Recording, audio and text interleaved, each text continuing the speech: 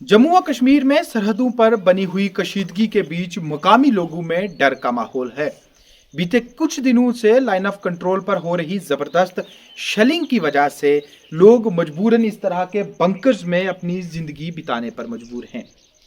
बेशक बीते 48 घंटों में सरहदों पर कुछ हद तक खामोशी देखने को मिली और हिंदुस्तान व पाकिस्तान अफवाज के दरमियान सीज फायर एग्रीमेंट हुआ, लेकिन इन तमाम पहलुओं के बीच सरहदी इलाकों में रहने वाले लोग अभी भी इस तरह के बंकर्स में अपनी जिंदगी का गुजर बसर कर रहे हैं, जिनका ये साफ कहना है कि इस तरह के एग्रीमेंट पर उन्हें कोई बहुत ज़्यादा एतबार नहीं है, क्योंकि वो कम से कम 15 दिनों तक इंतज़ार करेंगे इस एग्रीमेंट के पूरी तरह से बहाल होने तक, और तब तक ये लोग इन्हीं बंकर्स में अपनी ज़िंदगी का गुजर बसर करेंगे।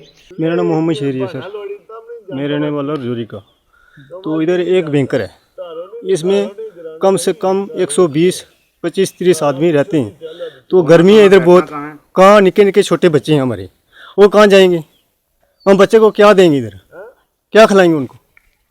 इसलिए हम कोई बाड़ियों के नीचे रहते हैं, कहीं छुप छुप के रहते हैं, हम जान बचाते हैं। कोई पेड़ को नीचे रहते हैं। तो कितना डर है लोगों के अंदर? बहुत, हमारे साथ बहुत डर है।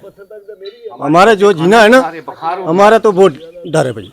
अब ऊपर से जो फायरिंग आती है तो हम कहाँ जाएं?